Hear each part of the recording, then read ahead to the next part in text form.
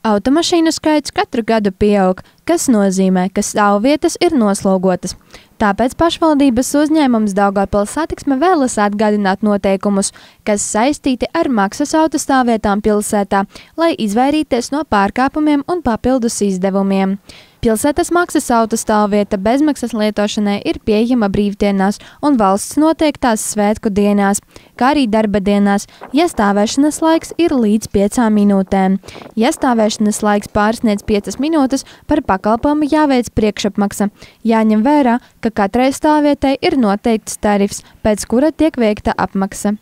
Priekšapmaksu par pakalpojumu ir iespējams veikt 3 veidos – kases automātā, mobilajā aplikācijā vai ar abonementu. Ar tarifiem iespējams iepazīties pašvaldības uzņēmuma Daugavpils Satiksme mājaslapā. Ja tas nav izdarīts, maksas stāvvietas lietotājiem jāveic pēcapmaksa. Pēcapmaksa tiek piemērota šādos gadījumos. Faktiskais stāvēšanas laiks par vairāk nekā 15 minūtēm pārsniedz apmaksāto stāvēšanu.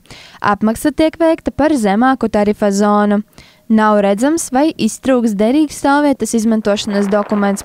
Tas ir bezmaksas stāvēšanas atļauja, abonements, invalīdu karte vai kases automāta talons. Veicot pēcapmaksas stāvvietu apmaksu, lūdzam obligāti norādīt identifikāciju. Tas savukārt nozīmē norādīt šīs pēcapmaksas identifikācijas numuru, kā arī valsts automašīnas reģistrācijas numuru.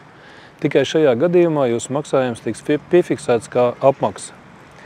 Lūdzam jūs būt atbildīgiem un izvairīties no iespējamiem pārkāpumiem, kā arī no papildus izdevumiem. Daugavpils Satiksme atgādina, ka personām, kuras saņem Latvijas goda ģimenes apliecību un kuru deklarētā dzīvesvieta ir Daugavpils valsts pilsētas administratīvajā teritorijā, ir tiesības saņemt maksas stāvvietas izmantošanas atļauju.